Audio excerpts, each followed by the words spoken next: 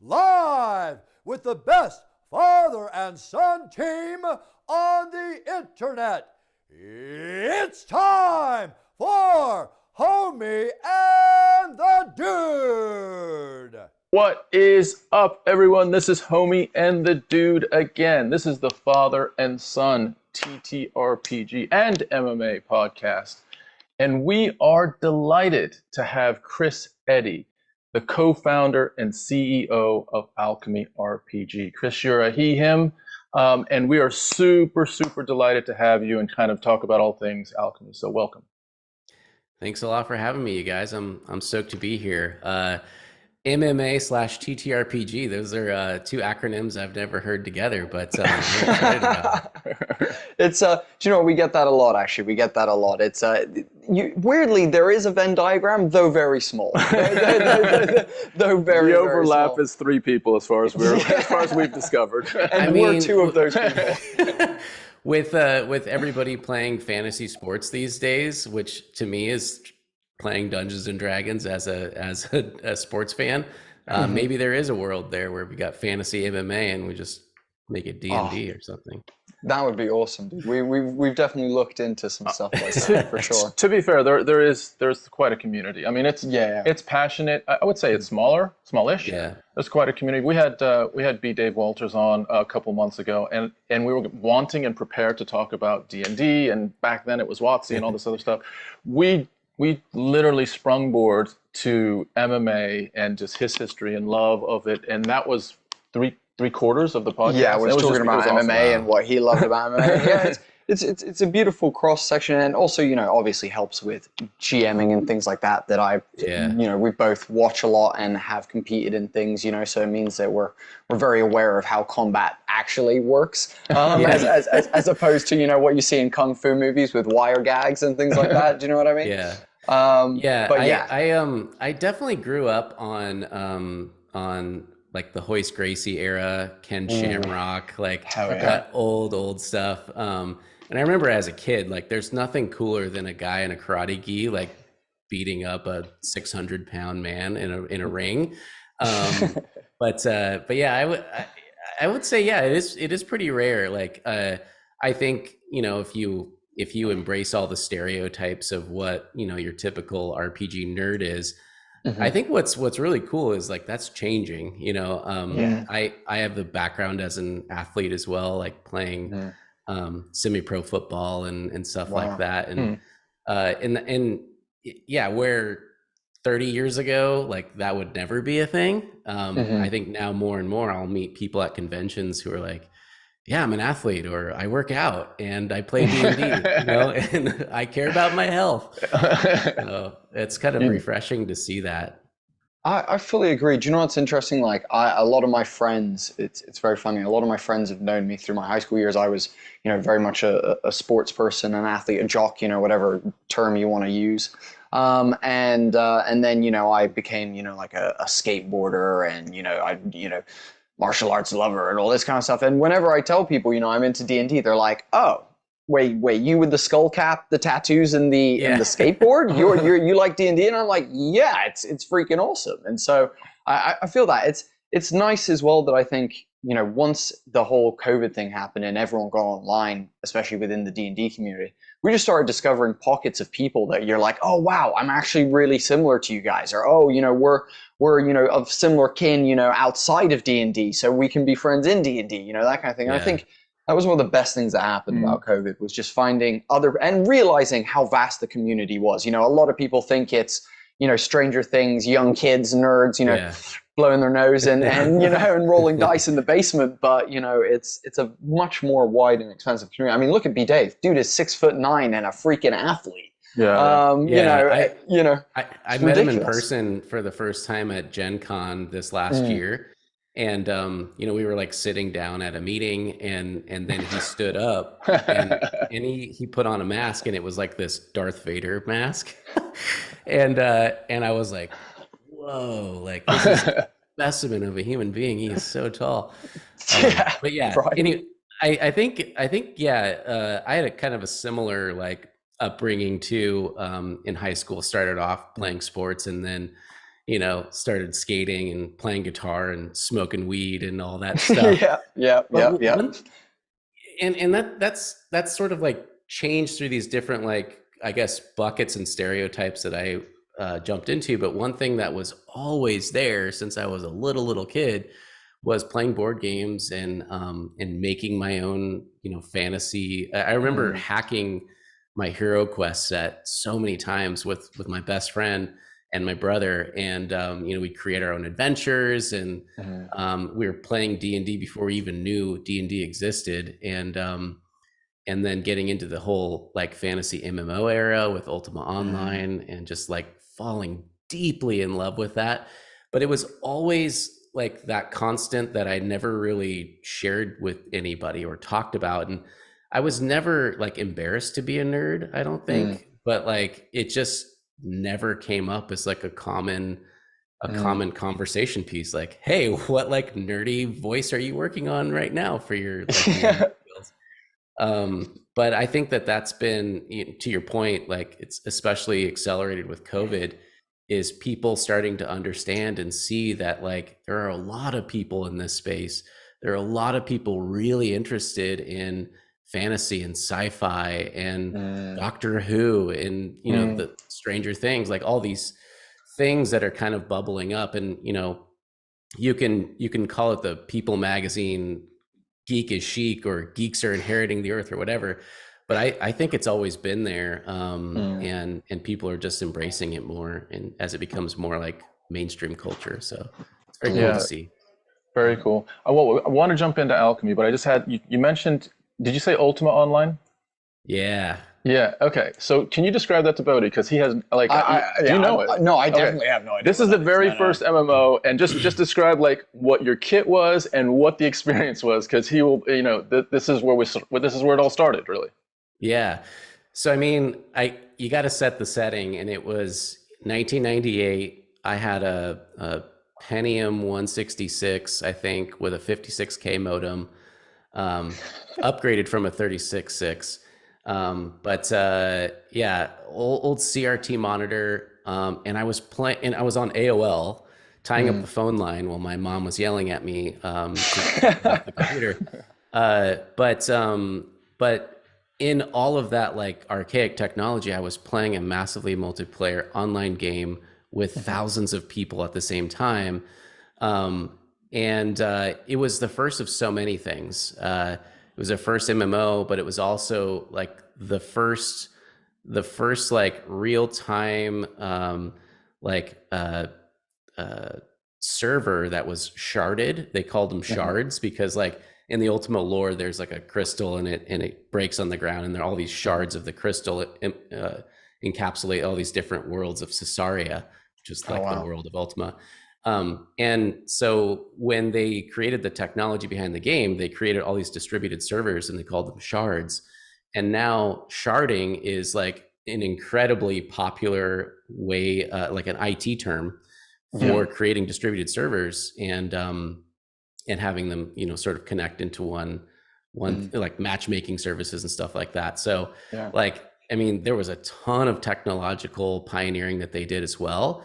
But for me and for so many other people, that was the first time like I actually melted into a character and lived in a fantasy world, and experienced true escapism.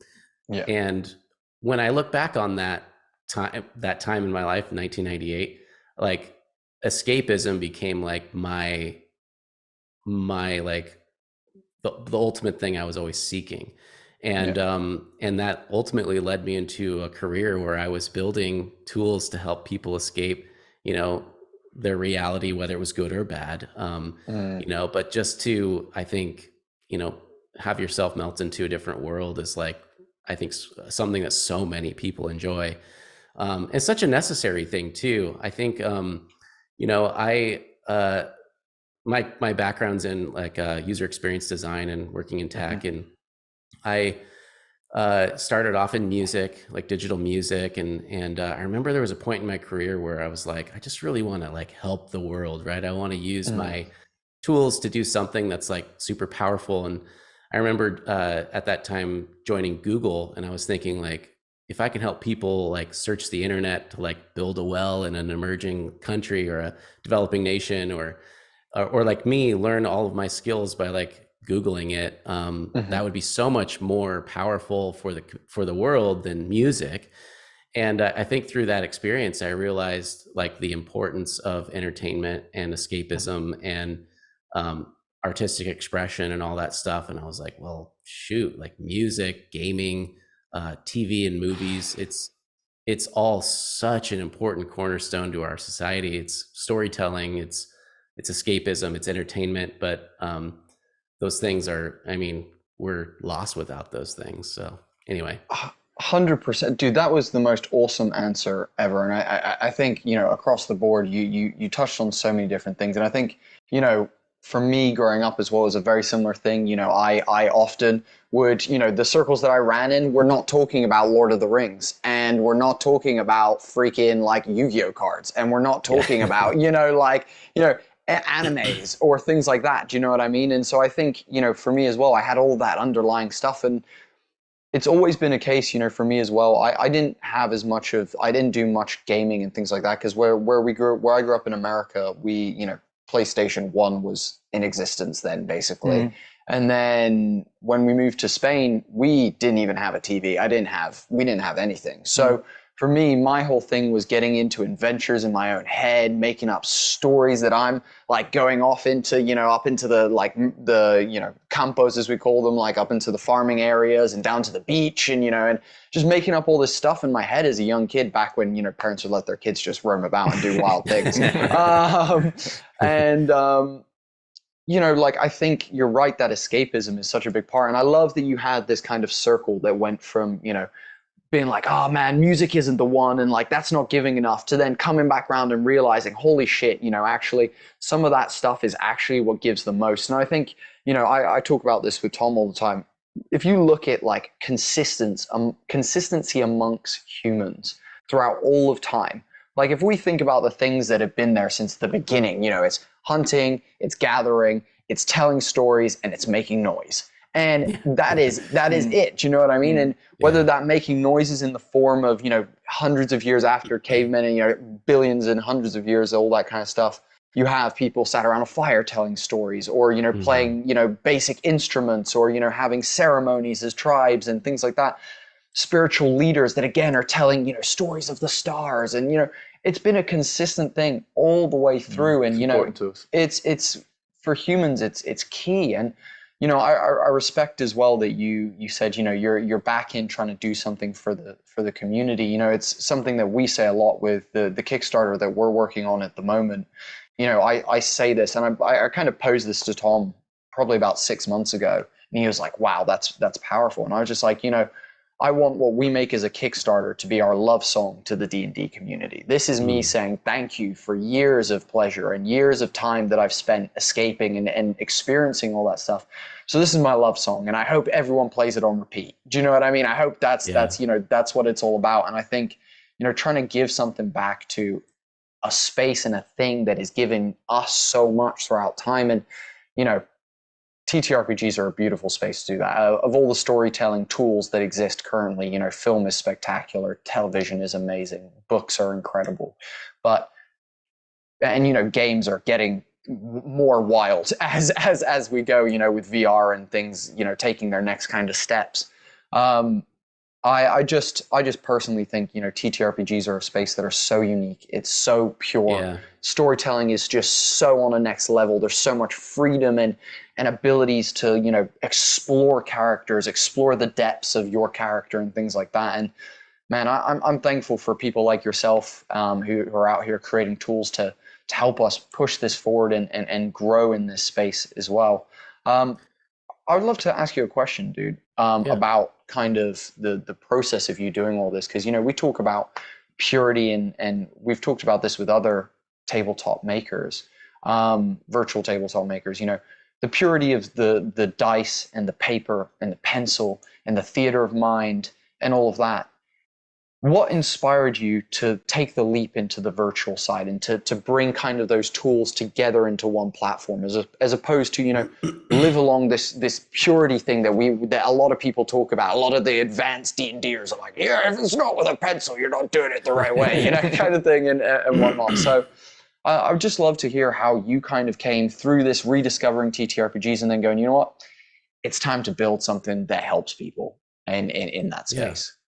Yeah, I mean, I definitely started with binders and pencils and paper and dice and all that stuff when I was a kid, and I think that nostalgia is a powerful thing. Like we see that driving our culture today, where everything's just a remake of Marvel or DC or whatever.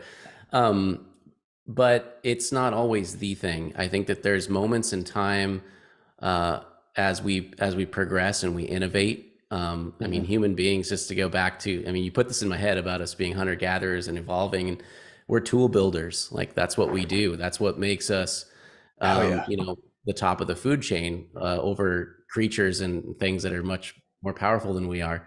And I think that after 50 years, there's a new generation of players, people who are experiencing this hobby, and I think that it's time to reimagine what it is to experience these games for this generation.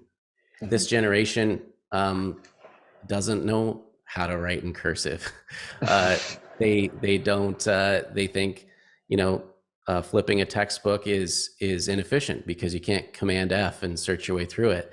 You can't undo something. There's so many there's so many, I think, muscle memory reactions to a generation that was born on a computer. And so some of these things, as nostalgic as we may be about them, don't translate. And I think that, you know, we've seen this, to use music for an example, we've seen this change in many different ways, and in recent years, faster and faster, you know, starting with records and 8-tracks and cassettes and CDs, and then moving into like digital music and MP3s, and then now into like streaming and not terrestrial radio. That was kind of back further, but I think that for every few generations, like, you need to reinvent the medium, and I actually feel a bit of an urgency around this, because I think that we are seeing a resurgence of tabletop gaming, but I don't think the next 50 years will sustain on books, pen and paper. I think that it needs to be reinvented for the way that people experience mediums. People have new expectations, like it needs to run on my mobile phone. I need to be able to speak in real time with perfect clarity with my friends, and when I move my token, my friends should see it. And you know, so I think that as nostalgic as I am about pen and paper, I fully embrace reimagining the game digitally, and even beyond that. Like we took us so long to embrace the term VTT because we don't feel like we're virtualizing a table. We don't have 3D dice in Alchemy. We'll never have dice clunk across the screen. We don't have 3D miniatures. You know, and in so many ways, we look at those types of things like, all right, what is a dice roll? It's a way to get to a mechanical result, but what does it feel like to roll dice? What do we love about dice? We love to collect them. We love the way they look. We love the way they feel in our hands. And when we roll them, we love the anticipation of, is it going to be a 1 or a 20? And so we ask ourselves those questions, and then we think, okay, how do we implement that digitally? In the same sense, you know, what is tactical? Why do you need a grid, and why do you need minis? Why do you need measuring tools? Why do you need fog of war? You abstract those answers and ask more questions like, you know, what do people need when they're fogging a map? Well, they need to be able to obscure things from their players so that they can reveal them at a point in the story that's powerful. Cool. How do we implement that? And so So yeah, I mean, I think that what we're attempting to do is to reimagine the experience of playing tabletop role playing games, and I think that's created so many unique challenges for us because people have a notion for how to do something in their minds, and people are naturally adverse to change. And so the reason why I think this like VTT transfer was didn't come without some friction, but it was a little bit easier because it's just a digitalization of what you would be doing at the table. So that's a one-to-one match. But when you create something like, I think, completely different, and there's nothing for people to kind of grab onto and then jump off from, that's been the thing that we've been trying to figure out.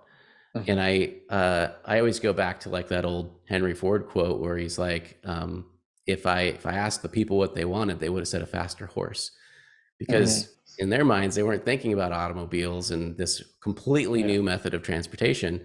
But in all things innovation, you have to meet people where they are and then show them where you want to go. And that's been a huge challenge for us. And so I think in the last year specifically, we have embraced terms like virtual tabletop, much to our chagrin. And we have implemented tactical mode features. We're still holding out on 3D dice, but yeah, I think that that's been a big journey, is figuring that out. Do you know what, dude? You're fucking hella articulate, bro. That was exceptionally well said. Holy hell. I think. Do you know what? Shit, you might have just convinced me. Would be maybe what I say coming off the end of that.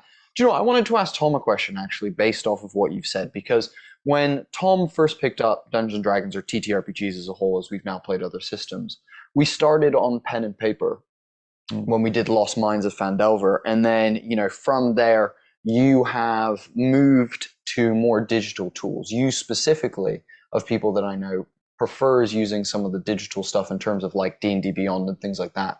I wanted to just ask you kind of, where's your head at with it at this point? Because I know, again, you come from a generation before where, paper and pen were, the thing. And now you're at a place where we're using D&D Beyond that does all the maths for you, solves all of that stuff. So where are you at on all that, dude? Because it's a weird space to be in for someone who's I think so. Contextualizing it, everyone has a different answer to this, right? Everyone, some people are really love math and really love the the mechanics of problem solving that way, or other people really enjoy role playing and everything in between. I'm more on the role playing side of things. So when I look at whether it's VTTs or pen and paper, if it's distracting me from really engaging in role play at the table and with my DM or GM, then I tend to try to avoid it as much as I can. If it can enhance that experience, I'm interested. So I know that this is a big part of what you all are exploring, the cinematic effects. And when I say enhance, if it does have a music, a tone that it's actually contributing to a feeling that we're in at that moment, I'm in. If it has, if it has a background that is really dynamic, that gives me that sense, that sort of immersive sense that I'm in that space, and it's enhancing the feeling of reality for me, I'm in. So those are the things that are really important to me. If it becomes too busy and too much, kind of quote unquote lever pulling and button pressing and all this other stuff, I think it takes away from my experience. It takes away from my experience. I'm much more heavily role play based. That's the thing I enjoy. I enjoy feeling in TTRPGs, because I think a lot of my life outside of TTRPGs, to some degree, not always, but to some degree, those feelings that I can enjoy in TTRPGs, whether it's extreme happiness, sadness, hilarity, drama, fear, all those things, I feel like there is a platform that I can play in TTRPGs that's super healthy for me as a human being. And I want to be in that space. And if you give me tools to bring more of that out, I'm in. if you're complicating my life, I become a little bit less, it's yeah, that's kind of where I am. That's super interesting. Yeah, Tom, I think for it first. that's you hammer on so many things that are like a part of our ethos, I think, at Alchemy, which is, I think, a great jumping off point from this notion that we're not creating a virtual table. If you create a virtual table, you're focused on so many mechanical things that you can do in this space that the complications are insane. If I pick up this pencil and I twirl it around in my fingers, like, it's a very simple thing to do. But if you were to digitize this, you've got 360-degree movement. You've got to create buttons for me to like tilt this, or like touch controls, or there's just so many things that if you translate to virtual, they become so much more complex than just a muscle memory movement. And so I think for us, when we started Alchemy, we were focused on exactly what you're describing, Tom, which is a way to enhance feelings, enhance vibe, enhance experience. And so, me and my friends were playing on a virtual tabletop, and we were the same way. We were storytellers, we're role players, we're all ex-musicians. And so, we'd be playing music over here, we'd have our voice chat over here, we'd have our VTT over here, we'd have our rules over here. There's just so many things everywhere that made it hard to just be here. And I found myself, like, most of the time turning off my monitor and just having my headphones on and the music and a good mix, and like closing my eyes and just pretending I was like this goblin ranger, in this Eberron campaign we were playing. But then we started kind of, my best friend and I, we played in the same campaign, is a software engineer, and I'm a designer. And so we started thinking about, like, well, how do we build something that can help capture mood and vibe? And we started off just building a scene with music. And for the longest time, I think a year of nights and weekends, we were just building vibe.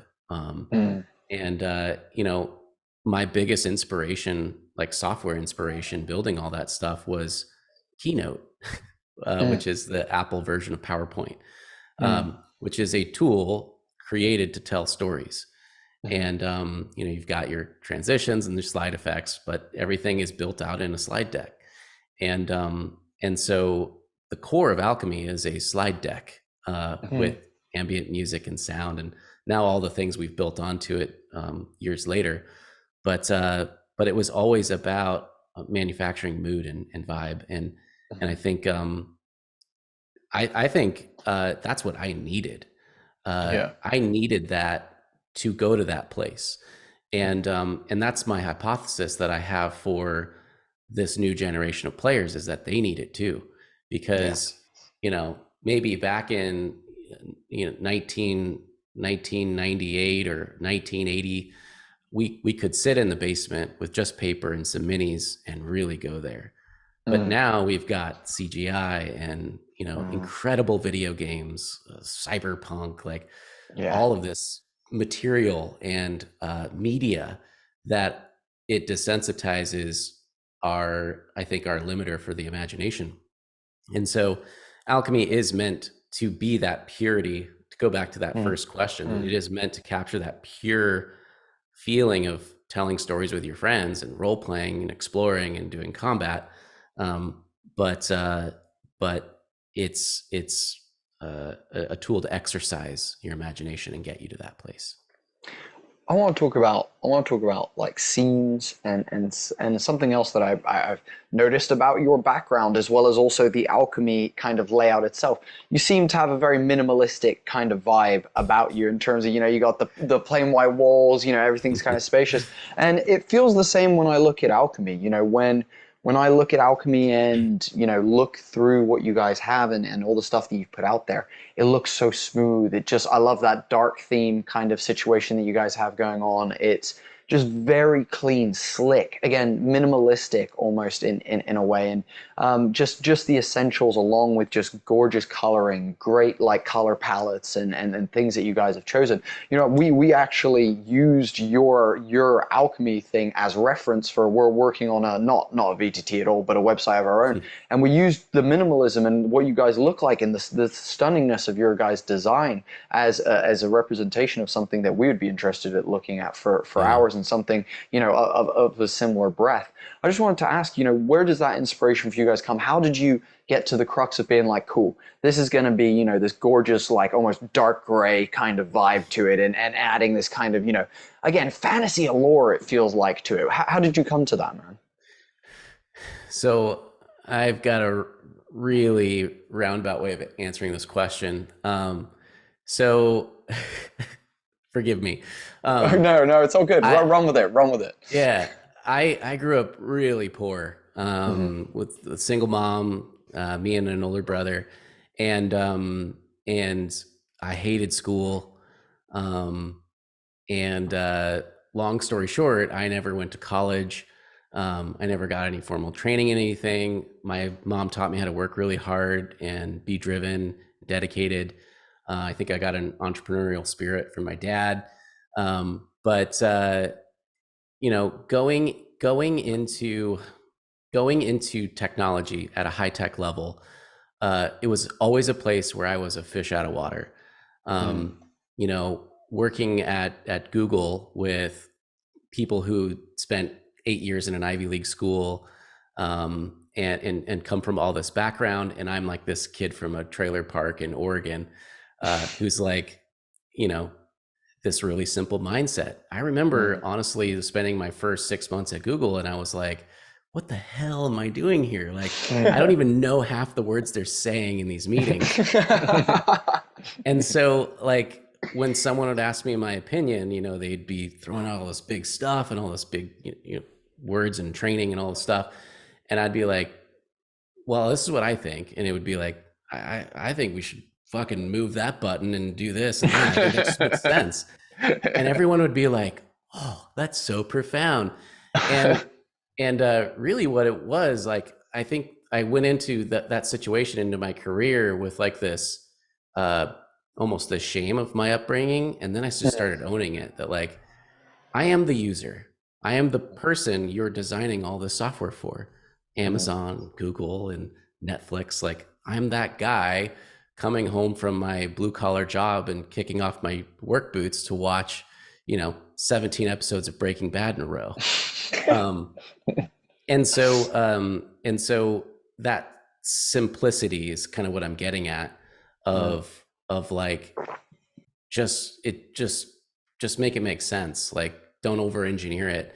And I think that's what's interesting about tech, at least in the past like 20 years, is you had to be at a very high level of education to work in tech, but you're designing everyday products, like mainstay products, like my email app on my phone or my calendar. Like, it's designed by some like super intricate dude who's like studying color theory and the Gestalt method and the F pattern and all this stuff. But the user's just like, I don't know, like, it's my phone. I want it to make sense. So anyway, I think that like that's starting to shift now, where like, people stop requiring like college degrees to like work in these types of jobs and stuff. But coming back to alchemy, I've always been a fan of simplicity. I think to the extent that like I'm a simple person, and I like things to make sense and be really easy, and I don't like to be confused. Nobody does, but I don't like to be overwhelmed either, and that happens to me very easily. I have one monitor. I don't have two, because I struggle with focus and attention. And so when I design interfaces, I think about that same thing. And I think the best way I can describe that as well, from like a user experience perspective, is, I think if you think about RAM in a computer, memory, it only has so much capacity. The hard drive has a ton, but the RAM has like only so much. And I think about the same thing for people's brains, because we're basically computers.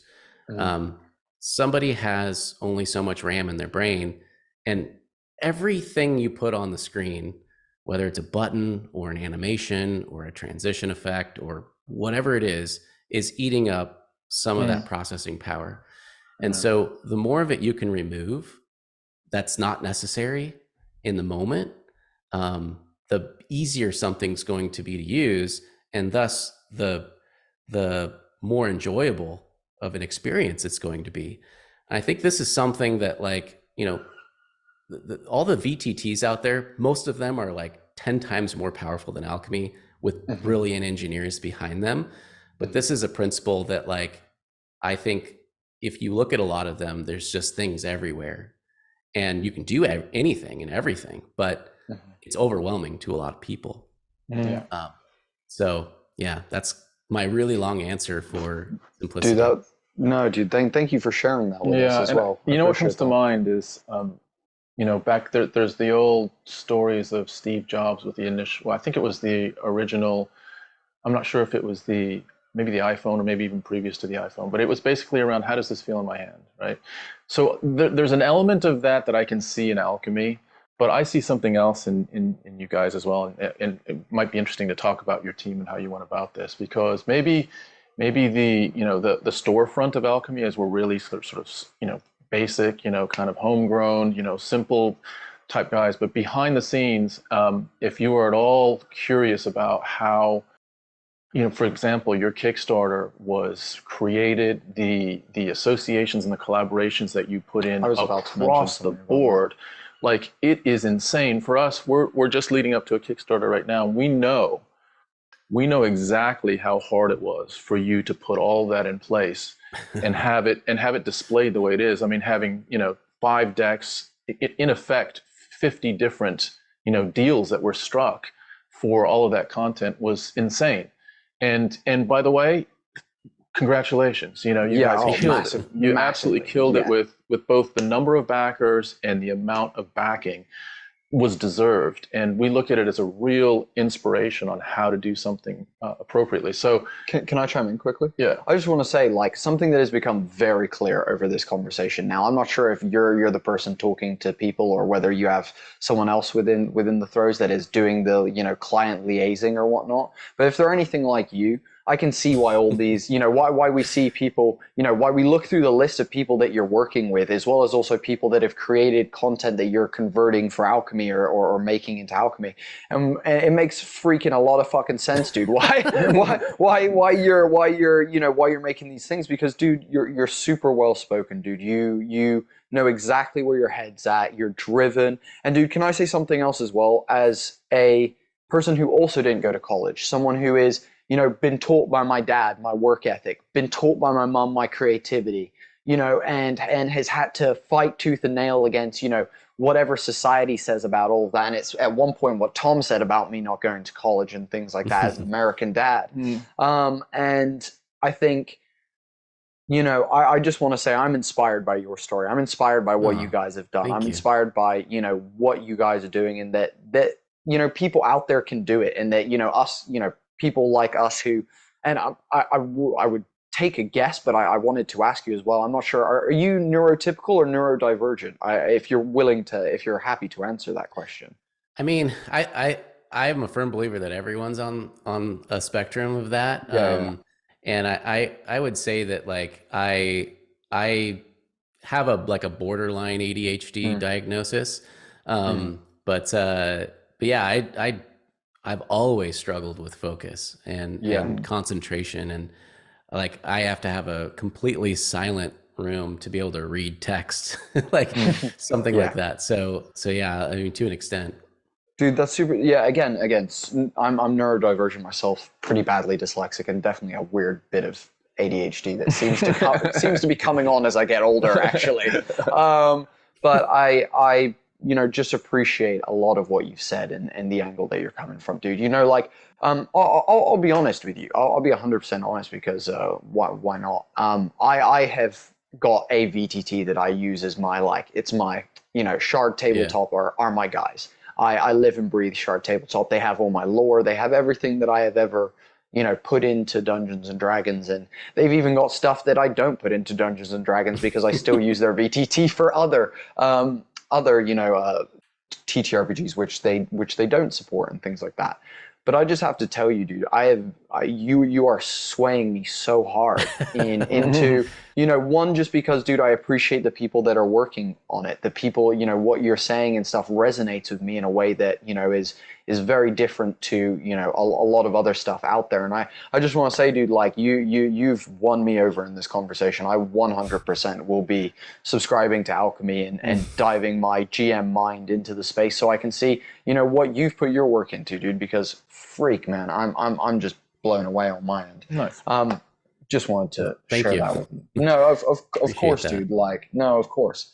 Go for it. I know you want to continue talking about these partnerships and stuff, and I know you had some questions because you're always business minded. You're like, tell me, give me the secret sauce. Go for it. Actually, no, it's more okay. So there's actually two angles to this. I mean, one is, as a father, and I have had a couple businesses in the past that there has been some ingredients to those businesses that have been really important. And I see that, you have your own formula that is producing both content, creativity. It looks like your team dynamic is interesting to understand. I have my own sort of precepts, my own golden rules. But it'd be interesting to hear you and what your thoughts are on, A, what does the team look like, behind the scenes? And then B, how has that evolved? How is it continuing to evolve? What do you see as really important as members of your team? It sounds like you and your buddy came together. So that was just some like root foundational friendship and trust and hard work that you guys, common ground that you guys relied on and were able to lean on. But as you start growing and start bringing in other people in and making this thing a thing, what are some important aspects when you think about that? Yeah, that's a great question, Tom. And one I love to talk about, which is, like we started Alchemy to scratch our own itch, and I think all the best software, all the best products come from a realm of that. And my co-founder Isaac, best friend in the whole world. Actually family by marriage. He married my cousin. So we go way back to early high school when I joined a punk band and he taught me how to play a power chord. And so Isaac and I, from the day we met, we've been creating together. Mm-hmm. And our interests have always so intricately intertwined, so that everything that we created, we were sort of on the same page with what we wanted to do. And Isaac and I are yin and yang. I am emotional. I am sort of adventurous, risk taker, and he is calculated and measure the risk. He's a mathematics major in college. So we perfectly balance each other out in the realm of creation, but also now in the realm of business. And so I think the two of us hold a really strong core for what Alchemy is as a business. I think that as I think about building a business, and now we're growing, we're around 8 people at this point, eight full-time, and then we have several contractors as well, I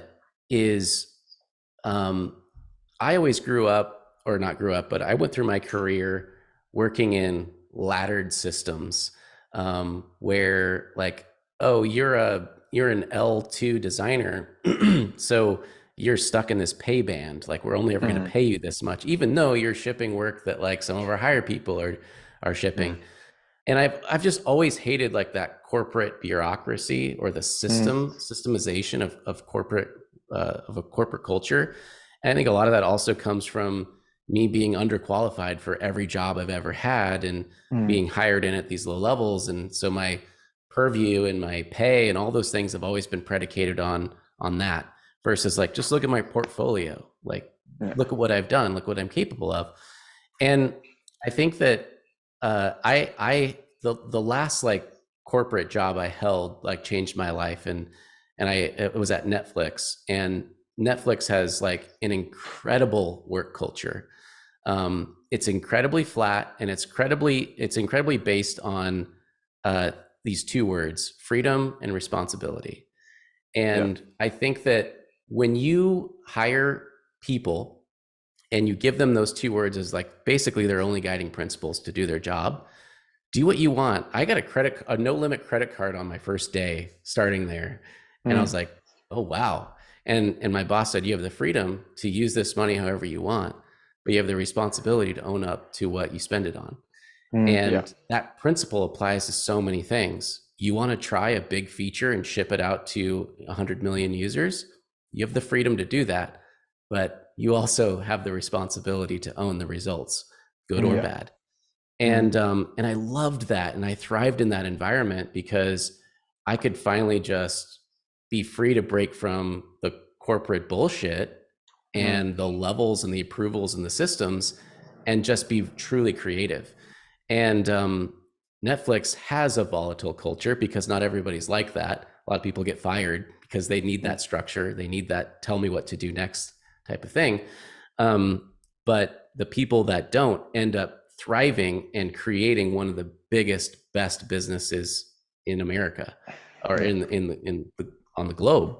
And it's because the people at Netflix are empowered to be creative and to see out ideas.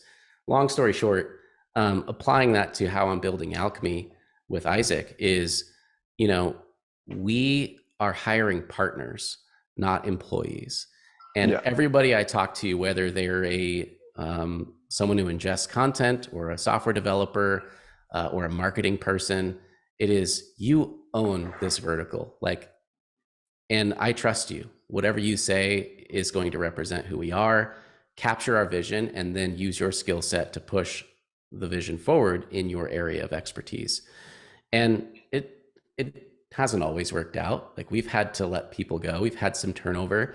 But I would take that turnover every time over hiring drones under me who execute on tasks that I tell them to do.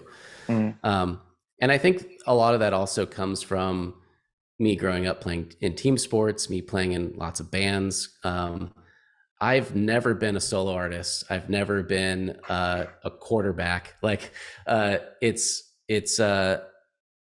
I think your guitar solo is only as good as the bass line under it, the rhythm guitar and the drums. And so, as we build Alchemy, it's all about activating those very free to think, to innovate, to drive forward, highly aligned, loosely coupled. Wow. That was damn. Yeah. Well, I mean, son of a bitch. What the fuck is happening right now, man? We're witnessing the next generation of fucking genius in front of us. This is great. Dude, just the way that you speak about shit, I'm just entranced. I'm fucking locked in over here. I started that question with, there's two reasons. One is to understand what's going on behind, but also, it is an opportunity for me to pass along lessons to my son. And sometimes my words don't carry as much as other people's words. And so putting us in front of people that are doing things that, A, we respect on the surface, but B, behind the surface, we're knowing more and more what it takes to do what you're doing. And then to understand, okay, what is happening back there is really valuable information for, 100%. On a very personal level for Bodhi. And so those are the two underlying reasons why I asked the question. Yeah, I mean, I think the biggest, we have so far to go, and I'm so proud of what we've created. But I mean, we have so far to go, but I can look back on several successes and things that I am very proud of, and I think were milestone moments for us. And I think that there's one sort of word that got us those successes, and it's care. I think we personally care a lot, a fuck ton, a whole lot. And not only care about what our player base thinks, our community, our Discord server, our followers, we care about being stewards of the content that our creators are creating and trusting us to put on our platform. We care about every single button and what the 1 pixel stroke is on that button and how the opacity of it, like every detail we care obsessively about. And I think that, again, that comes out of necessity. And Bodhi, maybe you could relate with this too, is always having to fight for that seat at the table or fight to get something that maybe other people get a little bit easier. I think that, you know, Alchemy is exactly that. Like we didn't have this pedigree of like video game development or design or billions of dollars, millions of dollars even. We just cared a lot, and we obsessed and we obsessed and we obsessed. We worked really, really, really hard for, you know, time and consistency. And that's what I think we can attribute success to this point. That's awesome. And I think for anyone listening, you know, and dude, it's the same thing we're finding out on our end in terms of, you know, it's exactly the same thing. You know, we at one point were going about this the wrong way, and we learned, you know, about a year into our kind of progress and where we were at, that, you know, our whole thing is, you know, you're like, it comes down to one word: care. On our end, it's connections. We're all about, you know, building connections with people, you know, and whether that's, you know, our followers who are, you know, again, telling us what they want, whether it's, you know, me and Tom as father and son, us with, you know, our team and things like that, as well as then also anyone else that we collaborate or work with or, you know, engage with in any capacity, you know. And so I think, you know, it's that space, dude, of understanding that, you know, if you're creating something to come away being a badass, or come away, you know, with the Watsy billions or whatever, it's not going to happen. You can know that you're going to push this thing to the line where you're going to be amazing because, you know, you believe in your own drive and your own, you know, ability to succeed. But I think, you know, when it comes down to it, it's all about, you know, that area of supporting and building that community and growing with your community, growing with what they want, growing with the times, growing with your team, you know, and building that space that allows everyone to move forward and not stagnate and continue to progress and all that kind of stuff. And again, just super inspiring, I think, you know, for anyone who is listening, who wants to, you know, start a company or, you know, work within a TTRPG company or things like that. You know, they might not run things similar to how Chris does or how we do here, but they, you know, within that same space, the consistency, you know, the creativity, the care, the connections, all that kind of stuff is what is going to elevate you, your team, your products, you know, all that kind of stuff is what takes that stuff to the next level and pushes it even further, you know, leading to exceptional success on Kickstarter from you guys, you know, and you know, hopefully, you know, success on our end, you know, with our Kickstarter and things. And I think, you know, again, like you said, there's something as a creative, and I'm sure you understand this, there's something as a creative of like, and I'm not sure how fulfilled you were working at, by the way, what a stellar career, semi-pro athlete, fucking Google, Netflix, Jesus Christ, man, like, what's happening? But like, you know, I'm not sure how fulfilled you were in those positions and how creatively fulfilled you were, but I know that at this moment in time, I'm doing what I was meant to do. I'm on the path that is like, I'm creating the shit that I was meant to create, and I'm in a space where, you know, I'm doing what I was meant to do. And as a creative, I need to get that out there, and I need to, you know, give something to the people. I just feel super lucky, you know, that we're in the space of TTRPGs and we can do it in this space as well, man. So I can just see likewise stuff on your end, man. Yeah, I mean, I'm a big, if I wax philosophical for a second, like I'm a big believer that you know, life is about seasons, and I think that that's very counterculture to what I was taught growing up and sort of what the norm is, which is, you know, do your time, do your school, get the career, build a pension, retire, you know, at 65, and then polish the hubcaps on your motorhome. Like, and that life was never interesting to me. I just have way too many interests in life. And, you know, right now, and for the last 5 years, I've been obsessed with TTRPGs, and this is what I'm doing now. But you know, like you said, there was sports before and music, you know, there was working in tech. And I think everybody needs to know that it's okay to change your mind about things. Totally. And it doesn't mean that you're going to dwarf your success if you change your mind at 40 and you're like, okay, now I'm going to do something different, and start at the bottom. Because I think there's a big secret in life, many secrets, but one of the big ones that I've learned is that it is struggling at the bottom that is the most fulfilling and the most fun. Yeah. And you know, for me, it was trying to get the interview at Google, or you know, trying to build the portfolio, working for free for so many these places. Or I think some of the best times of my life were writing music in a garage and trying to get a showcase with a manager to get onto a label and then get that first tour, you know, and all that stuff. And I think that, you know, once that part wears off, there's always somewhere to go, but it's never as exciting as trying to build, reaching into the ground, pulling dust and then blowing life into it and making something new.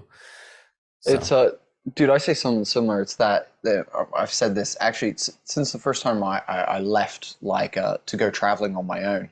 I was like, I realized that jumping into the void and like leaping into the unknown, and you know, whether you know whether you've trained for the jump or whether you're just jumping on a whim and you're just hoping for the best, you know, those unknown spaces, like you said, picking up that dirt, going into those unknown spaces and creating something, building something, or, you know, experiencing that place is where life happens, man. If you're comfortable, shit, life is happening around you. I promise you, life is happening around you, and you're missing some bits. And I think, you know, that's a really, really big thing. Look, we want to round this out, but I want to say, you know, what an incredibly inspiring thing for, I think, anyone to hear and stuff like that. I actually wanted to ask you a question that has been burning in my mind from the moment you came on the call, to kind of round this out because of the guitars in your background. Who is your favorite guitarist of all time? Oh man. I would say this, most people would expect some like great legend or something. But I love Arun Bali from Saves the Day. Okay. I think that he is the most innovative lick writer. But more importantly than that, I'm more of a tone chaser, and he has the most incredible tone. So yeah, I'm a kind of big like post rock, like I obviously roots in punk and hardcore and stuff like that. But Saves the Day, emo rock, punk, like was always one of my favorite bands. And he's just an incredible guitarist. Hell yeah. Also, close second, Yvette Young from Covet. Okay, nice. She's like she does tapping all with her fingers, and she's like insane. Amazing, dude. Thank you for sharing that with us. I was sat wondering. I was like, I've got to know. I've just got to know before we let's go for it. What do you want to say? No, I got one more as well. So just real quick. This is just a fun one. What did you guys do on day 30 at 12 o'clock or whatever? Great after question. You finish up your Kickstarter, like question. What was our celebration like thing, or what was your post? Let's say your post week after the Kickstarter. How much of it was healing? How much of it was celebrating? How much of it was like, what do we get? Like, what do we got to do? Drunk, you know, like. You know me well already. I mean, after slinking in my chair, wondering what the hell just happened, I went to my favorite taco shop down the road, sat outside and drank maybe 3 margaritas. My favorite drink of all time. But yeah, I mean, the Kickstarter, like, just like full disclosure, I was aiming for like 172K. Like that would have been amazing. That would have helped us achieve all of our goals. And then when it hit 250, I was like, oh my gosh, like this is awesome. This is so cool. More so that like, not that we had this money, but more so this validation of like, people want what we're bringing. And that meant everything. And then I like watching it go up and up and up. I remember thinking like, well, dang, what's like the highest grossing Kickstarter for a VTT of all time? And I found that number, and it was like 667 or something like that. And I was like, I wonder if we can break that number. And then we did, and I was like, oh my gosh, like, how cool is this? This is amazing. I feel so lucky, you know? So yeah, that was a very, very cool moment for us. I think it was very much a high. I think, and this is great advice for anyone doing a Kickstarter. I set my expectations so reasonably that that almost to where I almost couldn't appreciate where we were, because I was just like blown away that it even happened. I was like, I think we've got one too many numbers on the screen. There's one digit too much. Like, they're gonna take that one off soon. I know they are. Yeah. But I think that helped a lot, because we've done, this was our third Kickstarter. We've created a couple of books, and I remember the first book that we created, you kind of go into Kickstarter very starry-eyed, and you see, you know, Heliana's Guide to Monster Hunting do $5 million, or Fool's Gold do 2 million, or whatever. And you think like, well, what's possible? Like, you just never know. But there is a very, very intricate formula that those people are using, you know, to get to that level. And then of course there's luck and the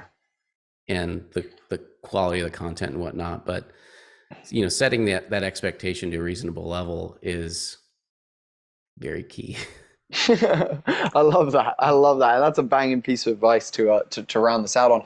I'll hand over to you to direct people where they can find out more about you guys, the team, Alchemy, the RPG, and the space that you guys are in. Where can people go to check that stuff out, man? Yeah, thank you. AlchemyRPG.com is our website.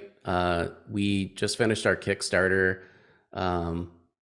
I don't even know how long ago. This is a blur. It was like a month ago. So we are still accepting late pledges. You can find a link to that on our website. The Kickstarters for Alchemy version 1, we've been in early access for a little bit over a year as we've been building the product, and we're getting ready to ship it in September. And we couldn't be more excited.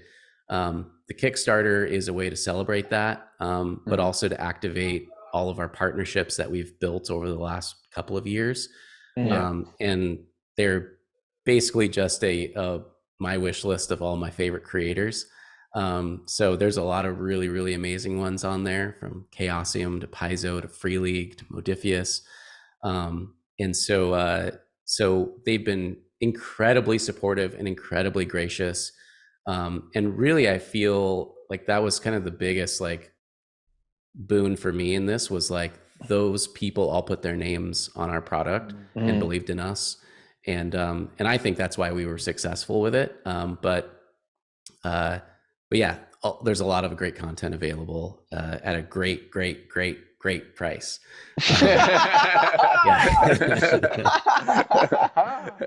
Oh, ever the salesman.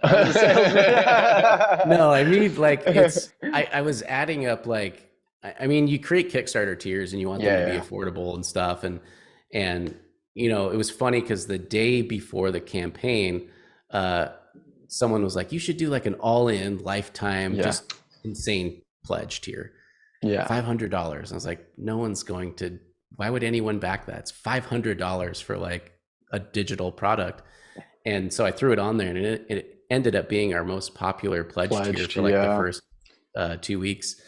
But when I counted it all up, I was like, all right, there's 62 titles in here, you know, ranging anywhere from $40 to $5 in a retail setting. You know, the lifetime membership, you know, to Alchemy, if we kind of calculate that, you can sort of calculate everything, and you're like, wow, this box is worth like $3,000. Yeah. So 500 is a pretty good deal. And I was just stoked that like people kind of did that math. They did the math. Yeah. I mean, even the decks as well. Like Sure. We were doing the maths earlier. We were like, Tom was like, damn, 500's crazy. And then I was like, yo, but that's lifetime though, dude. I was like, you got to think about that's lifetime, bro. And then he was like, that's such a good point. And yeah, when you start doing that maths, you start being like, you know, when you've been subscribed to XVTT for X amount of time and But I also blah, blah, think blah, that, you know, you start being like, wow, I'm so... No, I think the decks as well. Like you do the math on the decks on, you know, 10 pieces of, like you said, you're mentioning names like Paizo and, you know, all of them, you know, Cobalt, Nord, and 10 of those for 50. And then you had the nice little thing in your Kickstarter that did the actual math of like, dude, you're saving $189 on each one of these decks, or at least. Yeah. People start doing that, and it counts, you know, and, you know, you start really thinking about things like that. So the way that you set that up was really, really clever, and I hugely admire it, because it was a, you know, the individual parts are powerful on their own, but bring it all together and it's a fucking super, you know, it's a supercharged product, and that's what you did, and it was really impressive. I mean, people on Kickstarter, you know, Kickstarter is a pre-order platform, but they're not there to pre-order. They're there for value and exclusivity. Yeah. And I think if you can offer those two things on a campaign, then, you know, you're giving Kickstarter people what they want. Yeah. 100%. Awesome. Well, guys, as always, Homie and the Dude, father and son, TTRPG MMA team, we've had our exceptional guest here with us today. Chris, thank you so much for taking the time to chat with us and just break down some of that and share a little bit about yourself as well, man. I'm sure, you know, everyone out there who loves Alchemy and is getting hyped for Alchemy and, you know, counting down days for subscriptions and all that kind of stuff, I'm sure they're going to be hyped to learn a little bit more about the force that's behind it also. Thank you for taking the time, man. We really appreciate it. Yeah, guys, it was an honor. Really appreciate you having me. And yeah, like I said, it's an honor to be able to share a little bit more about our story and, you know, the people behind it. So thanks. Appreciate it. Hell yeah. For us guys, check out our Discord server if you want to join our growing community of over 800 people at this point. Just a beautiful, safe, inclusive space where you can share your ideas, talk shit, and have a good time, basically. As well as that, check out our newsletter of Holding if you want to stay up to date with all of our projects that we're working on and get free TTRPG supplements from us here at Homie and the Dude. And then finally, we have our Kickstarter coming up very, very soon. So please check out Sky Zephyrs. It is going to be the newest and best way that is going to revolutionize vehicle combat in Dungeons & Dragons. We are so excited to bring you guys this new age of vehicles for Dungeons & Dragons to your tables and to all of you. So thank you so much for taking the time, and we'll catch you guys in the next one. Thanks, guys. Thanks, Chris. Awesome.